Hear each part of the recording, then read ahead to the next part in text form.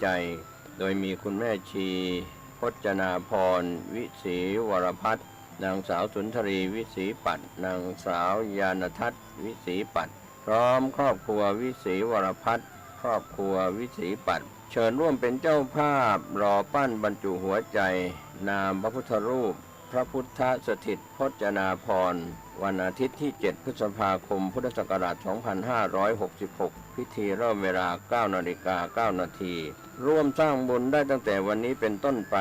ติดต่อสอบถามร่วมบุญได้ที่พระครูสถิตธุราธรเจ้าอาวาสวัดสันขยอมอำเภอสันทรายจังหวัดเชียงใหม่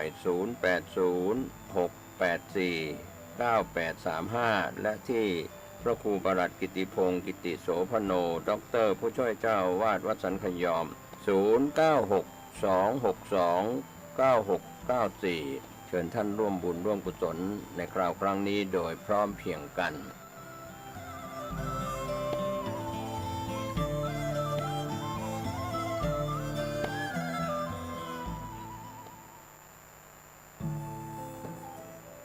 ท่านกำลังติดตามรับฟังสถานีวิทยุกระจายเสียงพระพุทธศาสนาแห่งชาติและสังคมคลื่นเพื่อการศึกษาพระพุทธศาสนาและวัฒนธรรมระบบ FM 104.5 เมกะเฮิรตซ์รายการต่อไปเป็นรายการเสียงธรรมจากสามเณรดำเนินรายการโดยสามเณรสมพงษ์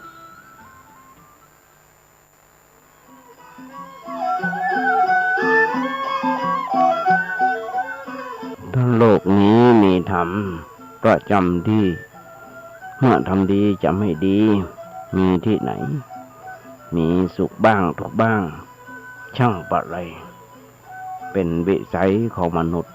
ปุถุชนขอกราบไหว้สาธุบาอาจารย์ทุกท่านขอเจริญพรศรัทธาญาติโยมผู้ใฝ่ในศีลในธรรมทั้งหลายมาแล้วรายการเสียงธรรมจากเนนน้อยสังเรือจากวัดประแดง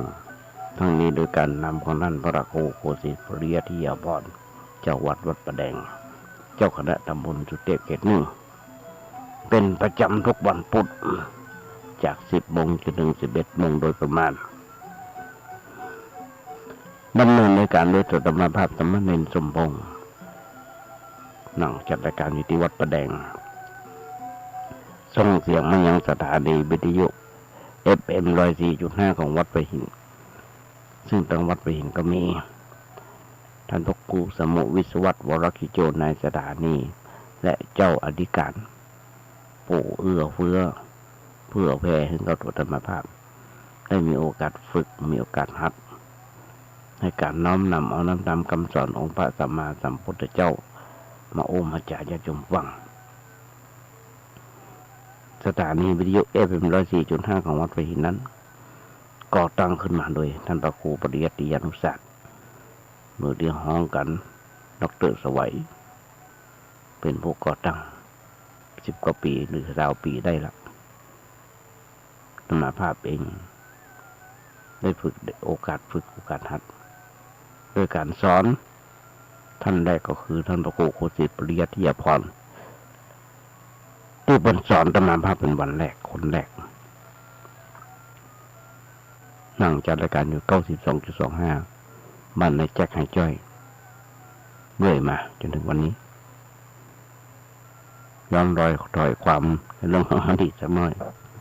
สถานีวิทยุ FM 92.25 เป็นของนายแจ็คตอนนั้นมาเป็นอาหารหลานน้อย2 คนเป็นนี่ใหญ่เป็นสาวเป็นบ่าวแล้วกำลัง2 ขวบ 3 ขวบเพิ่นตั้งสถานีเพิ่นบอกว่าพ่อเนรเอาทำมันยังมาเทศบอกสักชั่วโมงบอกก็พอตกหับเอาก็ขอเพิ่นปรึกษาท่านพระครูเจ้าวัดก่อนปรึกษาเพิ่นเสร็จเรียบร้อยเพิ่นหันดีหันงามตัวต่อมาก็มันเริ่มบอกมันในแจ็คให้จ้อยเป็นอันว่าตกลงกันเปิดเป็นพรหมฤกษ์เดือนพฤศจิกาถ้าจำไม่ผิดเป็นวันที่ 9ท่านพระครูลงไปเป็นคนเบิกเลิกเป็นปฐมฤกษ์วันแรกมาเตรียมน้ำฮ้อนน้ำชาไปเพื่อตอนรับขับสู้นักกายจะไปนั่งฟังมันเฉยๆกับเขียมเทพกับอย่างไปอัดไว้เรียบร้อยยุคนั้นเป็นยุคสมัยเทพ เป็นแผ่นจะเป็นซีดีที่ไหนได้พอถึงเวลาท่านครูเจ้าวัดจักแขนมาเข้าไปในห้องส่งด้วยมันโอ้เนี่ยมันนั่งอู้กันมันต้องเห็นอย่างก็ตั้งแต่วันนั้นญาติโยมทั้งหลายสั่นยงตั้งแต่วันนั้นจนถึงวันนี้ฝนตกก็ไปฟ้าห้องก็ไปรอเพิ่นมานั่งจัดด้วยแต่มาภาพประมาณ 2-3 เดือนตอนนั้นไปก็ปล่อยแต่มาภาพคนเดียวเพิ่นส่งพระสงฆ์องค์เจ้าลงมาโก้พ่อเป็นปีจากวันนั้นวันนี้ก็ประมาณสักเกือบ20 ปีได้แล้วเพราะฉะนั้นญาติโยมทั้งหลายธรรมภาพได้โอกาสได้มีวาสนาได้เอาธรรมะมาให้ญาติโยมฟังครูบาอาจารย์เพิ่นสอนธรรมะตั้งแต่เบิ่นเพิ่นบอกว่าอยู่วัดจะไปอยู่บ่ได้มันไหว้พระสวดโยโกฮ้องแล้วก็นำธรรมคำสอนองค์พระสัมมาสัมพุทธเจ้ามามาจากญาติโยมฟังพ่อธรรมะทำตามที่ครูบาอาจารย์เพิ่นสอนได้ตลอดเวลาทุกเมื่อเชื่อวัน37 ปี38 ปีมานี้แล้วเพราะฉะนั้นญาติโยมทั้งหลายค่ำมาแมลงธรรมะ4 โมงจนถึงรุ่งธรรมะจะเอาเทปที่บันทึกไว้ส่งไปให้เพื่อนกลุ่มในไลน์เพื่อนกลุ่มในMessenger YouTube Facebook ทุกลูกทางที่จะส่งไปได้อันนี้ญาติโยมทั้งหลายเป็นการส่งไปหาครูบาอาจารย์พ่องบัณฑิตนักปราชญ์พ่องเพื่อให้เพิ่นคอมเมนต์หรือว่าติชมได้ในหน้าตัวนี้ติชมได้ญาติโยมทั้งหลายนี่คือว่าในน้อยตัวนี้เป็นลูกเป็นหลานให้ดีห่างวันใดอู้ผิดวันใดอู้ถูกญาติโยมก็ติได้เป็นเรื่องว่าในน้อยตัวนี้เป็นคนเก่งเป็นคนเหลือกำใจตนาใจน้อมรับฟังกำติกำชมเลยจะมาปรับปรุงเปลี่ยนแปลงให้มันเพิ่มเติมเสริมแต่งให้มันดีขึ้นมา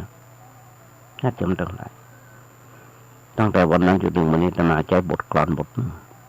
ที่บอกว่าถ้าโลกนี้มีทำประจำที่มาทำดีจะไม่ดีมีที่ไหนมีสุขบ้างทุกบ้างช่างปะไรเป็นวิสัยของมนุษย์ปุถุชน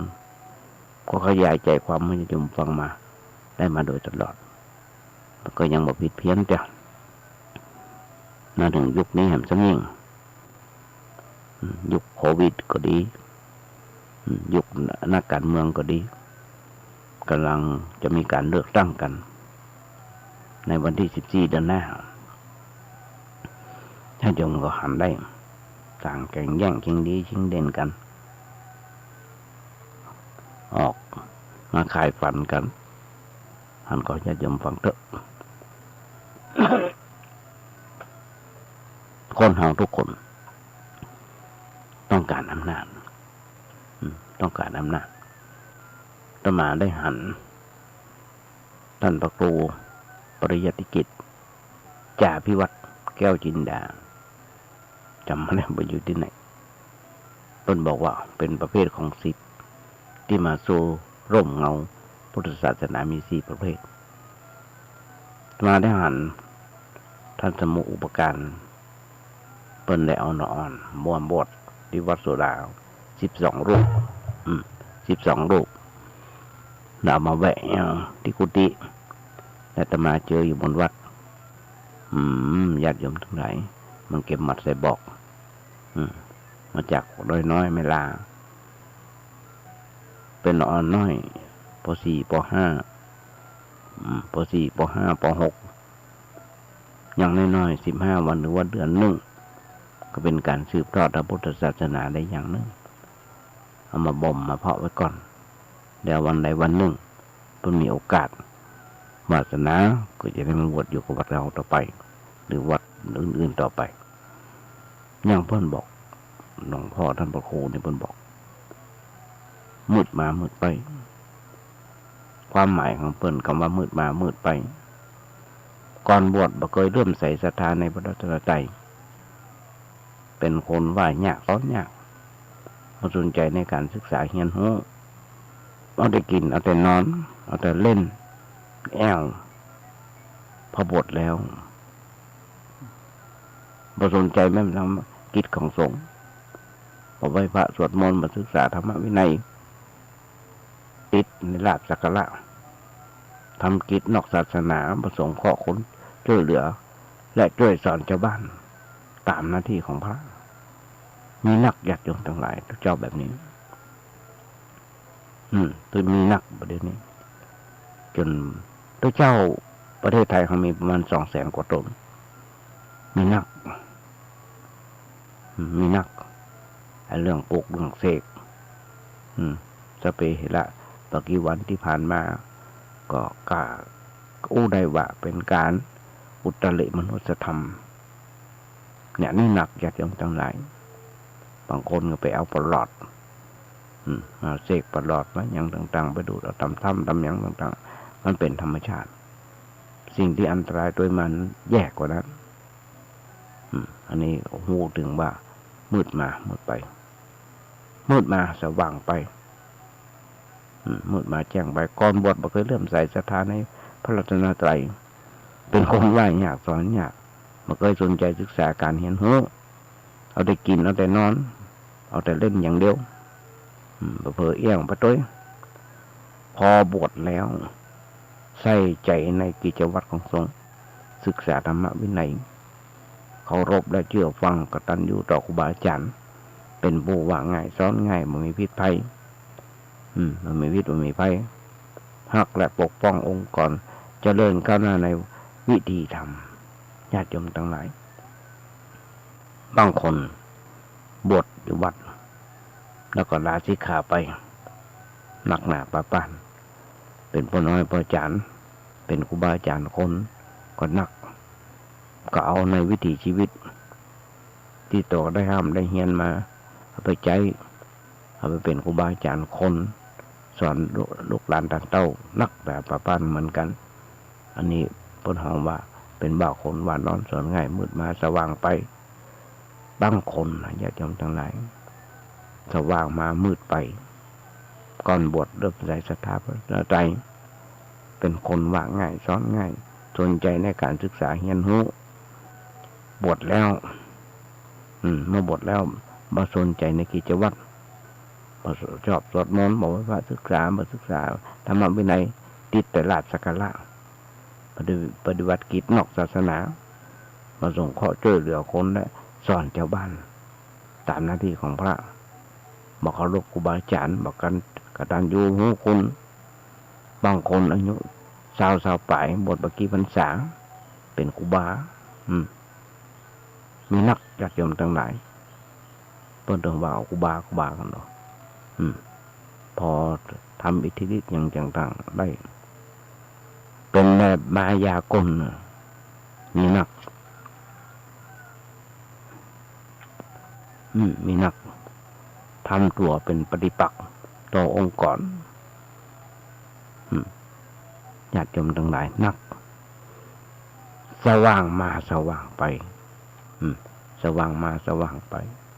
ก่อนบวชมีจิตใจเริ่อมใสศรัทธาในพระรัตนตรัยเป็นคนหวานนอนสอนง่ายสนใจในการศึกษาเรียนรู้เมื่อบวชแล้วใส่ใจในกิจวัตรของสงฆ์ศึกษาธรรมวินัยเคารพและเชื่อฟังกตัญญูต่อครูบาอาจารย์เป็นผู้ว่าง่ายสอนง่ายบ่มีพิษบ่มีภัยฮักและปกป้ององค์กรเจริญก้าวหน้าในวิถีธรรมปฏิบัติหน้าที่เป็นอย่างต่างๆตามที่ครูบาอาจารย์เพิ่นได้สั่งได้สอนญาติโยมลองคิดก็แล้วเขามีคนประเภทใดที่อยู่ในพุทธศาสนาของเราต้องย้อนรอยถอยความก่อยสักหน่อยพุทธศาสนาของเราค่านิยมของสังคมของพระเถระย้อนรอยถอยความไปเหมือนนักแก่ค่านิยมสมาคมของพระเถระ5 กลุ่มในชุมนุมต่างๆเวลาเจ้าสังคมพระแต่ละแบบจะได้หูจะมีลักษณะอย่างไรกันบ้างจะมาจะองค์ญาติโยมฟังมันมีเอาเรื่องหนักหน่อยที่มาองค์ญาติโยมฟังพระอริยะเป็นนั้นพูดว่าวัดป่ากรรมฐาน มูนี้มักแสดงความเหนือชั้นด้านบริวารและบ่ยึดมั่นถือมั่นความเคร่งครัดศีลข้อวัดปฏิบัติหรือว่าไตรสิกขานิยม 2. พระสายเกจิสมถะวิปัสสนาหมู่นี้เป็นหมู่พุทธาคมจะแสดงความเข้มขลังพลังจิตอิทธิฤทธิ์อธิญาณอภิญญาบ่ยึดรูปแบบปฏิบัติชัดเจนจะชื่นชมกันด้านวิชาอาคมมีมนต์ขลังมีคาถาแก่กล้าไว้กันตามลำดับพรรษาอันนี้เป็นของจิตนิยมตะกี้นี่ไตรสิกขานิยม 3. พระสายปกครองเจ้าคณาจารย์ผู้ใหญ่จะเด่นพิธีการรูปแบบเจ้าขุนมุนนายรายละเอียดยุ่มยิ้มมีมารยาทผู้ดีประเพณีนิยมธรรมเนียมปฏิบัติและต้อนรับปูผ้าแดงโดยซ้ำยืนเข้าแถวปนมมือต้อนรับอย่างสวยงามทั้งการรับและการทรงในพิธีต้องมีเก้าอี้หลุยของใจที่ดูแล้วมีหรูหรามีราคาสไตล์การเจรจากับอู้น้อยคมมีในอวดคมกันตามระดับขั้นตำแหน่งสมณศักดิ์และอำนาจการปกครองแสวงหานิยมของเก่าหายากพระเครื่องวัตถุมงคลสะสมเงินทองยศบริวารสร้างมวลชนเครือข่ายขหบดีแต่มหาเศรษฐีมหาบดีนักการเมืองนักการทหารโบนน้ำที่มีอำนาจเอื้อประโยชน์นั่นเป็นของว่าอำนาจนิยมวัตถุนิยมเมื่อกี่วันที่ผ่านมาญาติโยมทั้งหลายชาวบ้านบริมุนตุเจ้า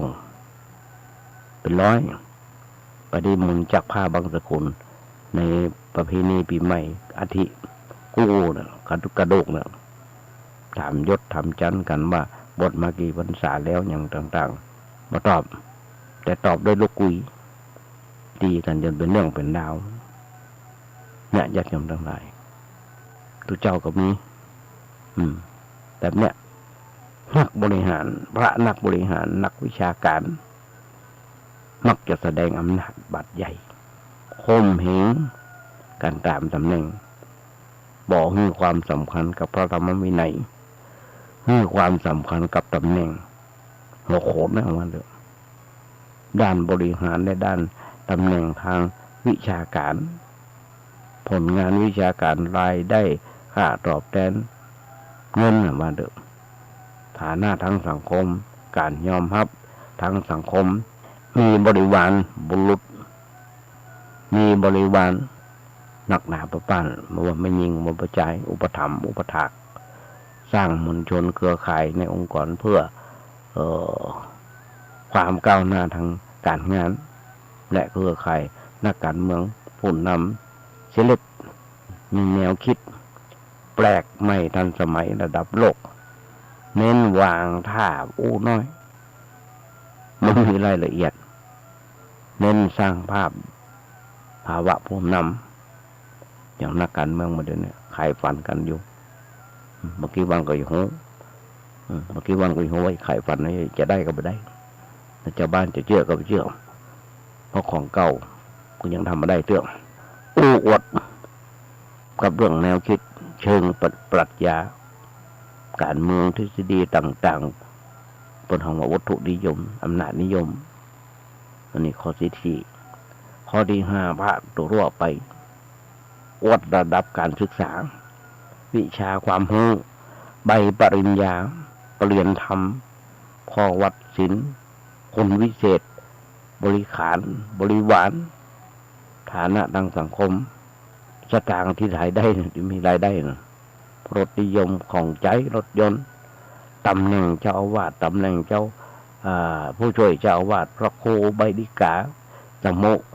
พระวินัยทรว วัดลาดวัดหลวงตำรวจผู้ช่วย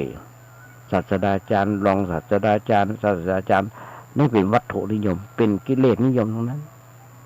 ที่คำสอนในพระสงฆ์องค์พระสัมมาสัมพุทธเจ้าต้นโอ้ไว้ได้ตรัสไว้กับพระสงฆ์องค์เจ้าว่าดูความพิสูจน์ทั้งหลายเธอติเตียนตนเองโดยศีลได้หรือไม่น่าเกิดจากโยมทั้งหลาย เขาบอกมาประสงค์องค์เจ้าแต่ละรูปปาราชิกเป็นอย่างไรปาราชิกสี่เขาไปใจไปหูไปหันกับเปิ้ล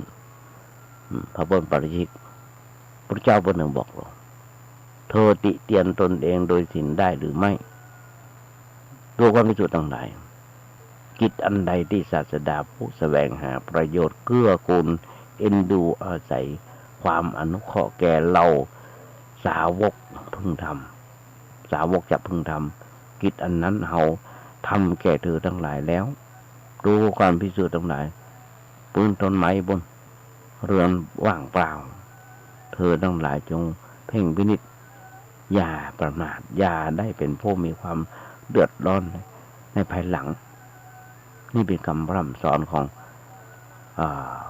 พระองค์พระสัมมาสัมพุทธเจ้าพระพุทธเจ้าได้พุทธพจน์นี้แล้วภิกษุเหล่านั้นมีใจชื่นชมยินดีในประสิทธิ์ขององค์พระสัมมาสัมพุทธเจ้าญาติโยมทั้งหลายตะวาวันซื่นตมาได้หัน ข่าวเนื้อระดับมหาปรริญญาอายุน้อยๆ30 กว่าเป็นคนพื้นเพบ้านเปิ้นปิกไปอยู่บ้านเพื่อไปพัฒนาบ้าน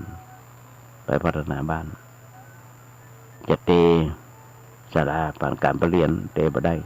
ที่เปิ้นไปเจ้าวาดห่างทุกเจ้าห่างเจ้าวาดมา3-4 วัดไป3-4 ปีไป10 ปีเกือบ10 ปีก็มีเรื่องมีราวกันถึงขึ้นศาลก็ว่าได้พอหลงจนไปแจ้งให้เจ้าหน้าที่ลงบันทึกประจำวันไว้ทุกเจ้าอยู่บ่ได้อย่าจำตั้งไหนศาลาการประเรียนที่เปิ้นอยู่กันประสงค์องค์เจ้าพอถึงเวลาหน้าฝนมาฝนก็หัวมีที่นอนต้องเอากดไปนอนตำตู้ไม้ต่างดอกต่างปากมีปัญหากันอย่างวัดหนึ่งวัดบางคานวัดหลวงพ่อเงินวัดบางคานนั่นก็มีปัญหามาแต่เมื่อละตั้งแต่ปี4 ปลาย 5 ปลายแล้วมันจะถึงวันนี้แล้วยังมาแล้วเรื่องกันเรื่องเพราะวัดนี้บางคานนี่เป็นวัดที่มีผลประโยชน์มีผลประโยชน์ซับซ้อนกันป่านนี้เงินยังนับประเชียนกันได้กับว่าใดยังมาหูเดียวเงินมือแบบหูกี่ตู้กี่หมื่นล้านกี่แสนล้านไผ่เป็นผู้จัดการเป็นอย่างต่างๆเดือดร้อนไปถึงในอำเภอเพียงเพราะว่าทุกหัวละแหงเป็นที่หน้าอับอายขายหน้าอันนี้ญาติโยมต่างหลายที่จะมาบอกถ้าโลกนี้มีทำประจำดีทำดีจะไม่ดีมีที่ไหนมีสุขบ้างทุกข์บ้างช่างบางไรเป็นวิสัยของมนุษย์ปุถุชนมันบ่มีธรรมะกันนะญาติโยมทั้งหลายเดียวอย่าลืมทุกคนบอกว่าใครเขามาอาศัยโลกที่เราอาศัยอยู่เนี่ยหรือสิ่งต่างๆที่เขากำลังครอบครองอยู่ทั้งหมดล้วนได้เป็นของโลกโดยแท้จริงนั้นเป็นของโลกอย่างไรญาติโยมก็ต้องเกิด ต้องเกิดก่อนโลกสิ่งของต่างๆที่เขากำลังครอบครองอยู่ทั้งหมดล้วนแต่เป็นของโลกโดยแท้จริงทั้งสิ้นเพราะขาดความเข้าใจต่อความเป็นจริงของชีวิตหลงคิดยึดถือกันว่าสิ่งนั้นสิ่งนี้เป็นของเฮาอันนั้นก็เมียเฮานี่ก็ผัวเฮาขนาดเลิกกันไปเป็นปีแล้วยังไปตัวง้อเบิ่นไปบอกง้อตัวว่าเล่นตัวฆ่าเบิ่นตายอันนั้นก็โลกเฮานี่ก็เมียเฮาส่วนตัวเฮาแต่ยังบ่มีส่วนตัวเฮาแต่นั้นยังมีแล้วจะมีสิ่งต่างๆหรือว่าลูกเมีย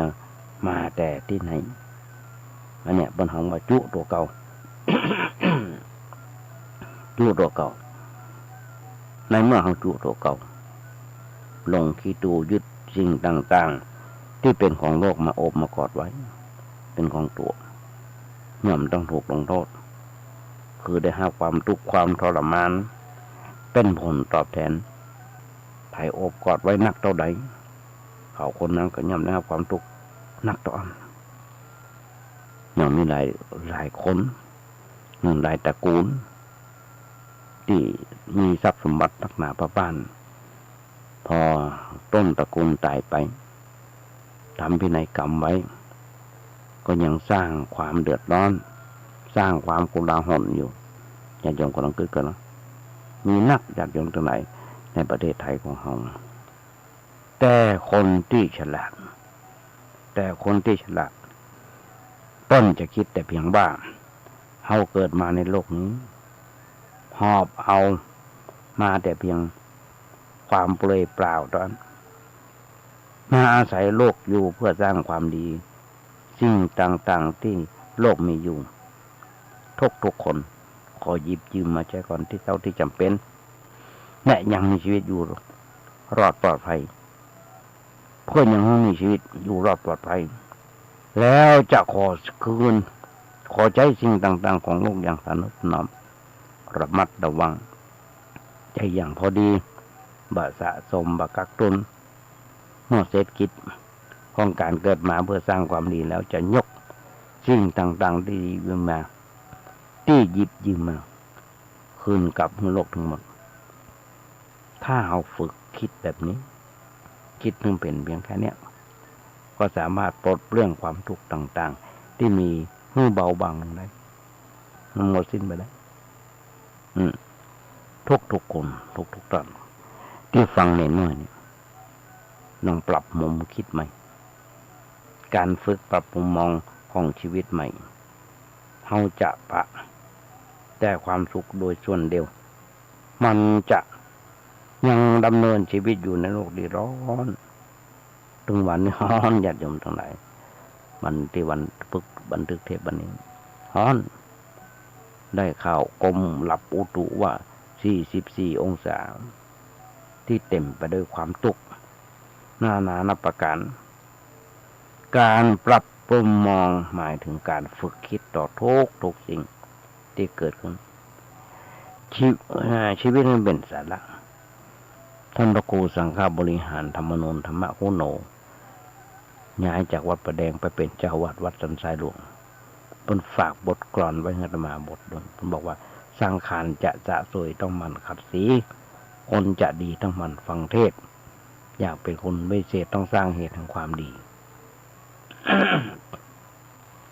เพราะฉะนั้นเมื่อเป็นคิดถึงถูกเพื่อเอื้อประโยชน์ให้กับชีวิตได้เข้าสู่แก่นแท้ของชีวิตอย่างบ่มีความทุกข์ธรรมดาญาติโยมทั้งหลายธรรมดามุมมองของชีวิตของคนทั่วไปจะมีมุมมองชอบคิดไปในเรื่องของลักษณะการได้หรือว่าสูญเสียในผลประโยชน์เพียงอย่างเดียวทั้งเพื่อตัวและคนใกล้ชิดบอกเคยคิดไปในลักษณะที่เหนือกว่าอาจจะเป็นประโยชน์กับชีวิตก็เลยต้องเบ่งขึ้นถอยลงไปกับเรื่องได้มาสูญเสียอยู่เสมอโดยที่บอกว่ามันสร้างความทุกข์ความทรมานให้กับเราแน่จะหัวเป็นในอยู่พ้องแต่ก็บ่สามารถดีดเอาตัวออกมาเสียจากสิ่งถึงสองได้เพราะความเคยชินต่อแนวคิดเดิมๆนั้นมีพลังหนักกว่าซึ่งได้ลงรากฝังแน่นอยู่ในใจมาเมินแต่ก็บ่เหลือวิสัยที่จะเพียรพยายามฝึกคิดฝึกพอแต่ในแง่ดีแก้ดีๆที่มีประโยชน์ญาติโยมหุ้นส่วนดำทั้งหลายเผชิญทุกข์ด้วยใจที่สงบ3 ปีที่ผ่านมาทั่วโลกเอาแค่ประเทศไทยเขาเนี่ยคนลาหนไปกับโรคโควิดมาปีใหม่ปีนี้สงกรานต์ปีนี้ปล่อยแก่กันโอ้ยเล่นน้ำกันพร้อมกับฆ่าเอาชีวิตไปบ่น้อยเลยญาติโยมตั้งหลาย7 วันอันตรายตายเป็นหลายร้อยหลักร้อยขึ้นมาแล้วบาดเจ็บมาทั้งไปโอ้นึง คงเป็นพันเพราะฉะนั้นญาติโยมทั้งหลายต้องเผชิญทุกข์ด้วยใจที่สงบด้วยใจที่คนเฮามีปัญหาเกิดขึ้นมีการสับสนวุ่นวายจะต้องเป็นทุกข์ใจกับเรื่องที่เกิดขึ้นจนเกินเหตุเลยมาเป็นอันกินอันนอนพอหมอบนประกาศหลังสงกรานต์ไปประมาณพฤษภามิถุนาโควิดจะเข้ามาหำดับจะหูแน่ชัดว่ามาจากไหนเป็นอย่างไรเป็นตัวใหม่ก็ตัวเก่าตายง่ายก็ตายช้าเป็นอันนั้นเหมาะต้องฉีดวัคซีนเป็นเข็มที่ 4 ที่ 5 ที่ 6นะเนี่ยมันจะคอยแต่วิตกกังวลจนทำมันยังมาถูกญาติโยมกำลังกึกกระเดือกบรรยากาศเชียงใหม่ลำปางเชียงรายมีกระฝุ่น PM 2.5 ตึงวันนี่ตมายืนอยู่บนโบสถ์พอขึ้นมาโดยสุเทพจะมาหันเลยควันไฟมันไปมันจะหมอกออกจากห้องน้ำที่กุฏิออกไปห้องน้ำในห้องจะมีพัดลมเป่าออกห้องน้ำมาก็ไฟสาบไฟไหม้ละ3 วันที่ตมาขึ้นไปบนวัด2 วันที่ขึ้นไปบนวัดปิกลงมาเขาญาติโยมทั้งหลายขออภัยเถอะสั่งขี้มูกออกมากับเลือดเพราะฝุ่นมันหนักพระเจ้าบอกบาปีพระแม่นะครับได้ลงกุฏิไปเป็นอยู่3 ครั้งด้วยกันญาติโยมน้องเกิดกระเดโยมรับไม้เปิ้นเอาน้ำเกลือที่ล้างน้ำมูกน้ำหูดังล้างจมูกเอาถวายมารู้สึกว่ายังชั่วขึ้นมาเนี่ยยันดอกจะไหนปัญหาต่างๆมันเกิดขึ้นเราจะต้องเผชิญทุกข์ด้วยใจที่สงบต้องพอให้มันปัญหาแก้ไขปัญหามาได้เมื่อบอกว่าจะแก้ไขปัญหาอย่างใดก็เอาแต่ไปบนบานศาลเจ้าญาติโยมทั้งหลายส่วนคนที่เคยฝึกคิดอย่างมีสาระย่อมมีมุมมองของการคิดที่ดีมีความฉลาดมีความกล้าหาญที่จะเผชิญหน้ากับความทุกข์ที่เกิดขึ้นด้วยหัวใจสงบเย็นมีสติอันสุขุมรอบคอบบอกให้มันเกิดความทุกข์ขึ้นแก่ตัวและยังต้องคอยเฝ้าต้อนรับกับความทุกข์ต่างๆที่ผ่านเข้ามาในวิถีชีวิตของเขาอย่างบาสะทกสะท้านเหมือนกับต้นไม้ที่ประเดี๋ยวนี้ต้นไม้ต้นตอกอย่างต่างๆใบมันร่วงหล่นหมดละรอฝนจะตกกรมรับอุตุกับประกาศให้แต่เนอ15 16 17ฝนจะตกหายแจ๊บหายสวยฮ้อนน้ำแข็งวางแป๊บเดียวนี่ละลายหมดละที่เฝ้ารอคอยกันมาเยือนของฤดูกาลอย่างสงบนิ่งต้นไม้ต้นตอกใบไม้กำลังปร่งบ่งอยู่เกี่ยวกระจีรอบโบสถ์ญาติโยมทั้งหลายบางคนหนีเนาะ หนีไปที่ไหนต่างๆบางคนหนีฮ้อนไปหาเย็นบางคนไปเที่ยวต่างประเทศเกาหลีกับญี่ปุ่นกับต่างๆพระเจ้าพระเจ้าบาสอนให้เราหนีโลกพระเจ้าบาสอนให้เราหนีทุกข์หนีปัญหาชื่อบนบอกว่าปัญหาเขาต้องหามันให้เจอแล้วพระเจ้าบอกเคยสอนให้คนเขาทิ้งโลกแต่สอนให้เขากำหนดพอโลกตามความเป็นจริงให้กล้าเผชิญหน้ากับความทุกข์ที่เกิดขึ้นอย่างตรงไปตรงมาให้กำหนดหูทุกข์หูเต่าหูตันทุกข์ที่เกิดขึ้นเฉพาะหน้าอย่าไปกำหนดคิดถึงกันได้หรือว่าเสียที่มีผลเป็นทรัพย์ยศตำแหน่งหรือว่าชื่อเสียงเพราะสิ่งนี้มีแต่จะเพิ่มทุกข์เพิ่มโทษขึ้นญาติโยมเราก็เกิดหัวคนยิ่งแก่ยิ่งสวมใบเมินหมกใดสูงหมกใดหนาวเดือดร้อนเป็นปัญหาที่หนักที่เราจะต้องได้ครับคนเฮาส่วนมากยังติดข้องอยู่ในโลกธรรมเวลามีทรัพย์มียศมีสุขมีคนยนยอมีก็เอาลงดีใจอย่าลืมตัว เปิ้นห้องท่านสทท่านนายกท่านผู้โอ้ท่านสสโอ้สับถ้าจะเป็นรอยบนดินจะมันเหยียบพื้นดินจะมาติดขอเรียนเชิญกราบเรียนเชิญท่านสทท่านอบตท่านนายกครับเปิดงานอย่างต่างๆโอ้พระเดชพระคุณบ่น้อยเลยล่ะแต่คันเมื่อเวลามันเสื่อมทรัพย์เสื่อมยศเสื่อมสุขเสื่อมคนเดี๋ยวพอก็ตกใจจนหน้าตามุนมองมีแต่เรื่องได้กับเรื่องเสียทั้งนั้น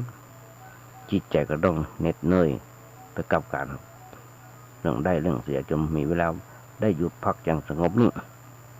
และเฮาจะสามารถอยู่กับสิ่งถึงสองนั้นได้ถ้าบอกฝึกคิดผู้หลับผู้ใหญ่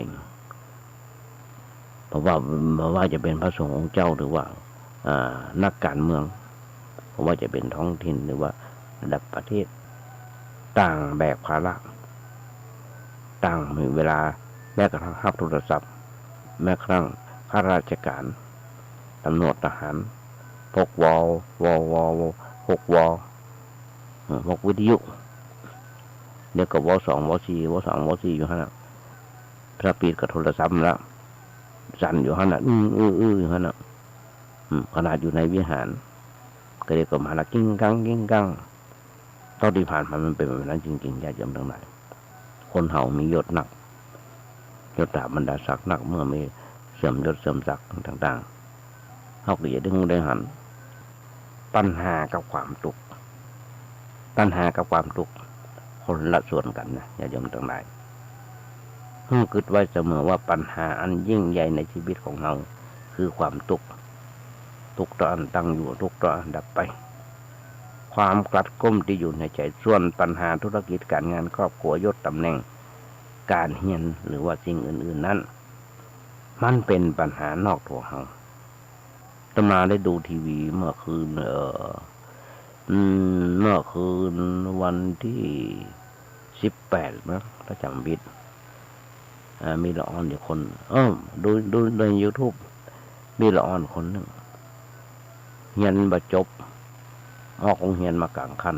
คือจบแค่ป.6 ม.6 ถ้าจำผิดม.6 หรือม.3 เนี่ยนะจบแค่นั้นลาออกมาเพื่อมาช่วยเหลือครอบครัวแต่บังเอิญว่าละอ่อนสาวคนเนี้ยเป็นคนที่ฉลาดที่บ้านเพิ่งมีคอมพิวเตอร์มีโทรศัพท์มือถือก็เลยเรียนภาษาอังกฤษโดยตัวเก่า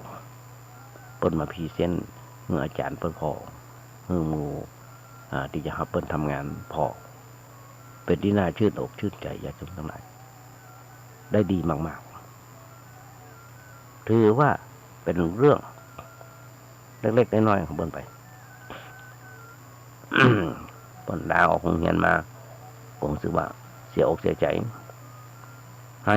แต่บ่ฮู้แม่ฮู้พ่อไม่ฮู้แล้วหั่นพอมาช่วยเหลือจังหวัดชาวบ้านต้องแยกแยะให้ออกพอให้หันเมื่อการงานหรือว่าครอบครัวเกิดปัญหาขึ้นก็ต้องแก้ไขที่การงานหรือครอบครัวเมื่อจิตใจเกิดความทุกข์เมื่อจิตใจเกิดความทุกข์เขาจะยังไงได้กันยังยังลองคิดกันเนาะเอาอย่างน้อยๆตัวนี้ว่าก็ต้องแก้ไขกันที่จิตใจแต่เมื่อการงานเกิดปัญหาแล้วเอาไปทุกข์ใจเอาไปทุกข์ใจโดยมันก็เป็นกันสองเป็นกายเป็นสองปัญหาซ้อนกันอยู่เมื่อมาซ้อนกันมันก็เลยสับสนวุ่นวายเกิดความมืดมนขึ้นมาในชีวิตพอปัญหาบหันปัญหาแยกมันออกจนบอกว่าอันอย่างคือตัวปัญหาที่แท้จริงในที่สุดเขาก็ลงโทษที่ร่างกายโดยที่ร่างกายมันบอกเรื่องบางทีไปทุบตีทำร้ายร่างกายพ่องไปโดดน้ำเอาเหล้าใส่ปากย่อมประนำใจแต่วันดีคือดีไปดิ้งตึกเล่นโดดตึกเล่นหรือว่าเอาปืนมายิงตัวเก่าเพื่อดับทุกข์ที่เกิดขึ้นในใจส่วนร่างกายมันบอกมันมาเกี่ยวซวยไป ทุกคนที่มีปัญหาต้องกึดสักน้อยต้องกึดสักน้อยก่อนที่จะทิ้งกรอบปัวธุรกิจการงานต่างๆเกิดล้มละลายยุคนี้สมัยนี้มีวันน้อยญาติโยมหันถึงวันข่าวนะที่ข่าวตุตาในเรื่องหนี้สินก็ดีปัญหาต่างๆที่ดุมเร้าอยู่ในประเทศไทยของเราก็เรียกว่าโควิดค้าขายกับวิทย์สมวิจะต่างกันบางคนเกิดล้มละลายหรือว่าสิ่งอื่นๆเกิดการล้มเหลวซ้ำยังมีหนี้สินร้อนตัวที่จะต้องชดใช้เราเลยตุกใจกึดนักจนเครียดและเครียดจนจะฆ่าตัวตายเพื่อหาทางออกกับชีวิตเพราะปัญหามันเกิดขึ้นมันเลวร้ายเกินกว่าที่จะรับได้การหาทางออกกับชีวิตโดยการฆ่าตัวตายนั้นเป็นวิธีง่ายเกินไปง่ายจนที่มนุษย์ใจสูงอย่างเฮาท่านบอกว่าจะกระทำและบอกว่าจะหาทางออกกับชีวิตโดยทางนี้เด็ดขาดเพราะอย่างเพราะว่าการฆ่าตัวตายนั้นยังไม่ใช่ตัวตัดสินหรือยุติปัญหาที่แท้จริงแต่กลับจะเป็นตัวเพิ่มปัญหาทำโดยซ้ำไปและลองคิดทบทวนพอมันดีๆว่าเมื่อเขาตายไปแล้วภาระหน้าที่ต่างๆจะตกอยู่ที่ไผผู้ถึงลงถึงศาลก็คนในตระกูลของเขาปนเช่นลูกตายพ่อแม่ก็ต้องชดใช้ขนาดรถไปโจรปล้นตายตัวก็ตายพ่อแม่ยังต้องรับผิดชอบไปด้วยเพราะฉะนั้นญาติโยมทั้งหลายเมื่อเขาตายไปแล้วภาระหน้าที่ต่างๆจะตกอยู่ที่ไผเมื่อต้องตกเป็นของพ่อของแม่หรือว่าลูกเมียหรือว่าญาติพี่น้องแล้วเขาจะยังกล้าหันแก้ตัวมันบอกว่าตัดช่องน้อยแต่พอตัวทำกับพวกเปิ้นเหล่านั้นได้ลงคอกับในเมื่อมีผู้ที่จะต้องรับผิดชอบอันหนักคือพ่อแม่ผู้บังเกิดกล้าคือลูกเมียอันเป็นที่หักสุดที่หักของเขาเองแล้วไหนที่เขาเคยบอกมาหักบอกหักแม่มันหนักกว่าไผในโลกนี้แล้วจู่จะมาทิ้งภาระไว้กับเปิ้นตุกใจนักใจซึ่งเปิ้นถึงสองต่างก็เท่าจะแลแก่ชรานักหลักชีวิตนับวันจะมีแต่ร่วงโรยมาต่างอย่างกับไม้ที่ใกล้ฝั่งคอยหวังที่จะมาฝากผีฝากไข่หวังที่จะเพิ่งเอาผ้ามาปิดตาเมื่อเวลาเพิ่นตายแนวไหนที่เคยพร่ำบอกว่าหักเธอคนนี้นะว่ายิ่งกว่าป่าหักน้ำจะขออยู่ร่วมหัวจมได้ไปตราบเท่าที่ความตายจะมาพลาดพลาดไปมีสุขเขาร่วมเสพในย้ำมีทุกข์เขาจะร่วมกันช่วยกันแก้คอยเป็นกำลังใจให้แก่กันต่อสู้ฟันปัญหาต่างๆที่เกิดขึ้นแล้วไหนล่ะที่เคยบอกว่าฮักโลกจนหมดชีวิตอยากจะหันโลกเติบใหญ่หน้ากล้าบานพร้อมกับความอบอุ่นที่ไหนครับต้องคิดให้ดีมูลนี้นะเรื่องของนี้ต้องคิดให้ดีเปิดใจให้กว้างเพราะเฮียนหูเรื่องอนิจจังทุกขังอนัตตาเขาจะต้องเปิดใจให้กว้างออกไปเพื่อเฮียนหูได้ยอมรับในทุกสิ่งที่เกิดขึ้นในทุกสิ่งที่เกิดขึ้นว่าสิ่งทั้งหมดทั้งมวลสามารถพลิกผันเกิดขึ้นได้ตามเหตุผลของมัน เรื่องธุรกิจล้มละลายหรือว่าเรื่องอื่นๆเกิดล้มเหลวและมันอาจจะเกิดขึ้นได้ทุกคนเพราะสิ่งต่างๆล้วนแต่ถูกแขวนไว้ ความบ่เที่ยงแท้แน่นอนอย่างบางทีมันก็เจริญขึ้นบางทีมันก็ถอยลงเสื่อมลงมันเป็นของมันอยู่อย่างนี้เพราะมันเป็นของ ที่มีอยู่คู่กับโลกมาเมินแล้วทุกชีวิตที่เกิดมาในโลกนี้ก็ล้วนแต่ต้องเผชิญหน้าพบปะกับมันทั้งนั้นแม้ว่าอาจจะมีลักษณะที่แตกต่างกันไปบ้างก็ตามและเรื่องธุรกิจการงานหรือว่ายศตำแหน่งเจริญขึ้นหรือว่าเสื่อมลงมันไม่ได้เกิดขึ้นจากอำนาจของเทวดาหรือฟ้าดินที่ไหนซึ่งมันเป็นกฎธรรมดาเป็นของกฎธรรมชาติที่มีอยู่ในโลกนี้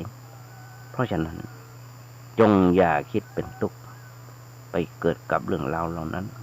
แต่ก็รู้จักว่ามันเป็นอย่างนี้เองคือมันมีความเที่ยงแท้แน่นอนเลยสักสิ่งเดียวทุกคนมายุคนี้ยุคโควิดยุคนักการเมืองมาหาเสียงยุคนักการเมืองมาขายฝันจะไปท้อแท้ถึงจะเป็นโควิดยังได้ก็อย่าไปท้อแท้หากินฝืดก็อย่าไปท้อแท้ถึงท้อแท้แต่อย่าแพ้พ่ายบอกว่าจะเกิดอย่างขึ้นมาในชีวิตจะหนักหรือว่าเบาลงอย่าคิดมันเกิดการท้อแท้อ่อนใจเพราะการท้อแท้อ่อนใจเนี่ยมันจะทำให้ชีวิตของเฮามันก็ว่าตายไปแล้วกึ่งนึงมันฝึกคิดอย่างมีสาระเพื่อสร้างเสริมเติมแห่งใจให้กับชีวิตอยู่เสมอแล้ววันหนึ่งสักวันหนึ่งเฮาอาจจะกลับมายืนอย่างมั่นคงตัดที่เฮาล้มนี่หรือว่าเฮาอาจจะเกิดความท้อแท้อ่อนใจต่อปัญหาที่กำลังประสบอยู่ก็ถือว่าถึงจะท้อแท้แต่เฮาจะแพ้บ่ได้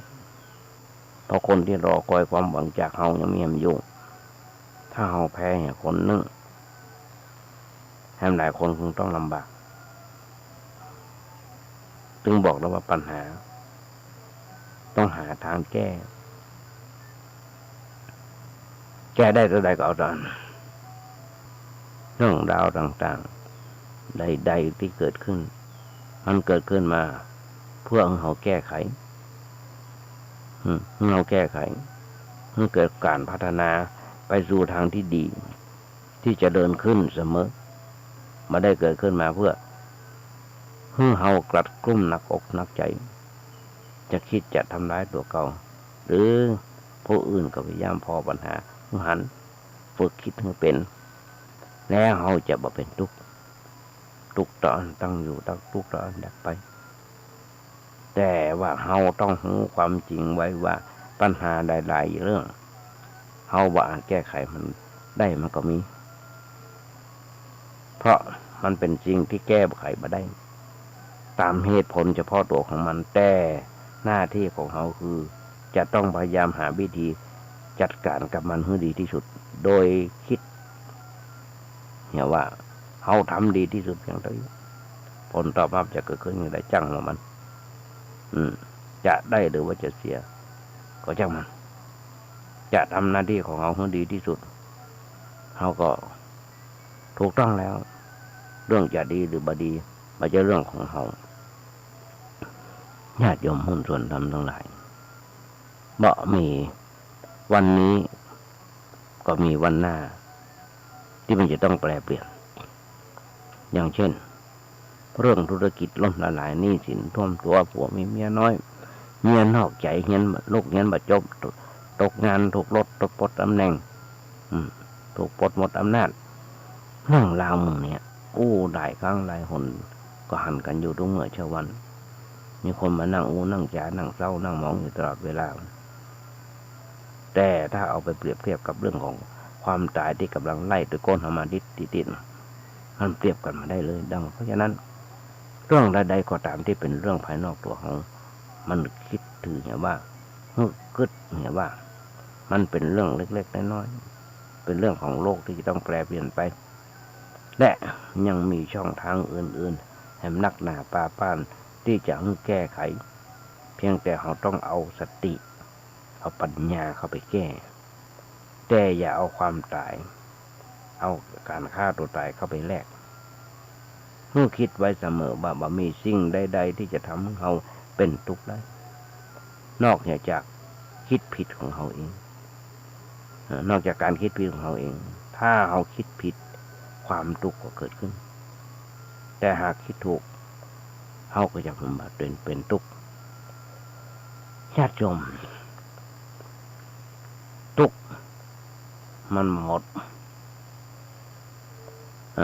ได้เพราะการไหว้วอนพยายามอย่าคิดเรื่องราวต่างๆต้องเป็นไปตามใจของเขาทั้งหมดแต่เมื่อคิดว่ามันจะเกิดเรื่องดีหรือว่าเรื่องร้ายอย่างไรก็ให้มันเกิดขึ้นเราจะพยายามหาวิธีแก้ไขให้ดีที่สุดแก้ได้ก็เอาแก้ไม่ได้ก็เอาและเมื่อคิดไว้เสมอว่าความทุกข์ความกระตุ้มจะหมดลงไปได้ด้วยการไปบนบานศาลเก่าไหว้วอนร้องขอเทพเจ้าหรือพิธีกรรมต่างๆก็อาจให้เราเป็นเรามาอ่านทำให้ทุกข์ทางใจหมดสิ้นไปนอกจากจะต้องมีสติปัญญาสิ้นในการคิดอย่างถูกต้องนั่นก็คือถูกต้องในเรื่องนั้นความทุกข์ใจก็จะหมดสิ้นลงไปต้องเกิดญาติโยมทั้งหลายให้นักหนาป่าบ้านในวิถีชีวิตของคนเราทุกเมื่อเช้าวันต้องเกิดว่าสิ่งนั้นสิ่งนี้ยังเป็นอย่างไรปัญหาคู่กับชีวิตปัญหาเหมือนกับมันบอกเราซื่อๆตรงๆอยู่แล้วว่าตัวต้องหาทางแก้ไขปัญหาเรื่องต่างเรื่องงานหนี้สินผัวชอบแมวเมียชอบเล่นไพ่ลูกติดยาลูกสาวหนีไปกับพ่อใจเราต้องแก้ไขปัญหาตามเรื่องนั้นจะแก้ไขได้ดีแค่ไหนก็ต้องเอาค่อยๆแก้กันไปแต่เขาจะต้องเข้าใจไว้ด้วยว่าปัญหาเหล่านั้นจะแก้ไขได้สักเท่าใดมันก็มีวันหมด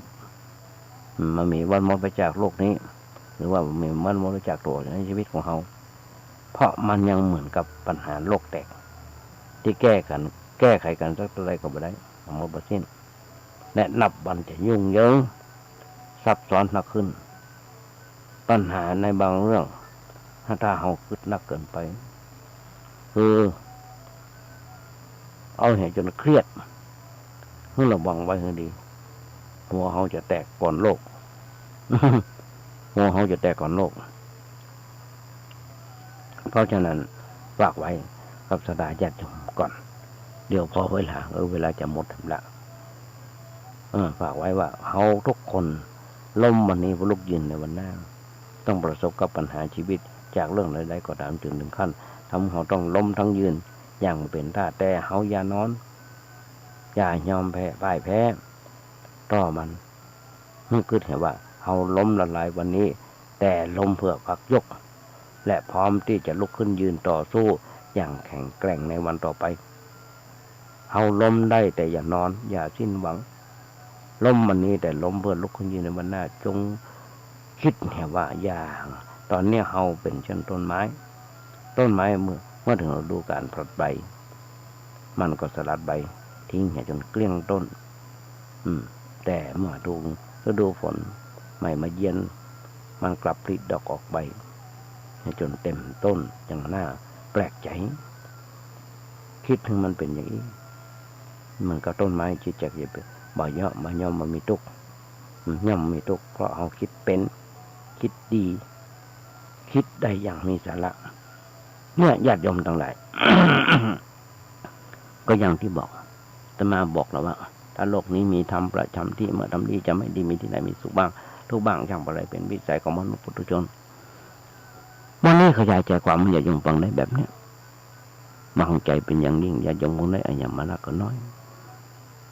เดี๋ยวพอเวลาจะหมดต้องนำรายการนี้จากไปแล้วว่าก่อนจะนำรายการนี้จากไปก็ของานบุญงานกุศลโอ้เนญาติโยมฟังสักน้อยซึ่งทางวัดประแดงของเขามีการก่อร่างห้างแปลงซ่อมแซมเสนาปฏิสังขรณ์วัดประแดงมาหลายอันหลายอย่างเป็นการกรุงรุ่งเรืองเข้ามานักดาบบ้านละ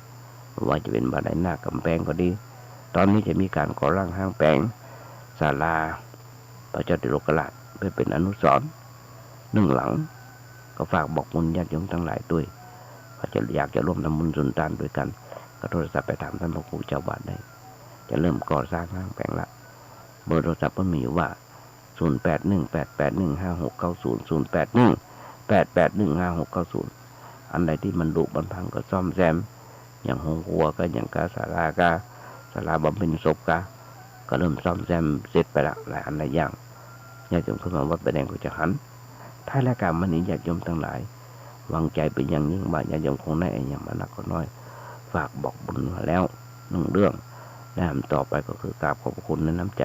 ของท่านพระครูสมวิศวัตรวรกิจโยในสถานีที่ให้โอกาสเมตตาจะมาก็เป็นโอกาสฝึกโอกาสหัดวันนี้อาจจะเป็นวันเกิดครบรอบวันเกิดของไปคนใดคนหนึ่ง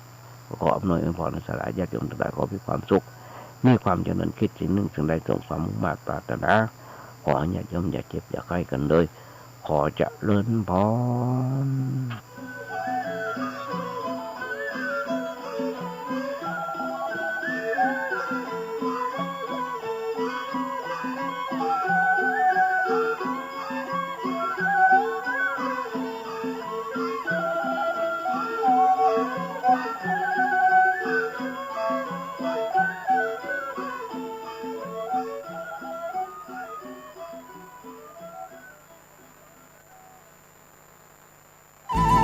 ที่จบไปแล้วนั้นเป็นรายการ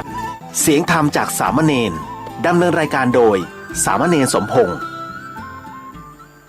ข่าวสารเพื่อการประชาสัมพันธ์1ไลน์1แชร์1โอกาสทางการศึกษาโรงเรียนวิสุทธิวิทยากรวัดบุญญาวาสวิหารพระอารามหลวงสังกัดสำนักบริหารงานคณะกรรมการส่งเสริมการศึกษาเอกชนกระทรวงศึกษาธิการรับสมัครนักเรียนใหม่ปีการศึกษาใหม่เรียนฟรีตลอดปีการศึกษาไม่เสียค่าใช้จ่ายในการเรียนตามโครงการเรียนฟรี15ปีพร้อมรับทุนการศึกษาพร้อมโควต้าเรียนต่อมหาวิทยาลัยและวิทยาลัยของรัฐตามที่ต้องการคุณสมบัติเป็นนักเรียนชายและสามเณร1จบการศึกษาประถมศึกษาปีที่6รับ50รูปคน2จบการศึกษามัธยมศึกษาปีที่3รับ50รูปคนสนใจติดต่อได้ตั้งแต่บัดนี้เป็นต้นไปโรงเรียนวิสุทธิวิทยากรหลักสูตรการเรียนการสอนมีศักดิ์และสิทธิเท่าเทียมสถาบันการศึกษาของรัฐบาลทุกประการติดต่อสอบถามรายละเอียดเพิ่มเติมได้ที่พระครูวิบูลย์ปริยัตยากรผู้อำนวยการเลขที่39ถนนพหลโยธินตำบลหัวเวียงอำเภอเมืองลำปางจังหวัดลำปางรหัสไปรษณีย์52000ติดต่อโทรศัพท์054 217 526เบอร์โทรศัพท์054-217-526ได้ในวันเวลาราชการ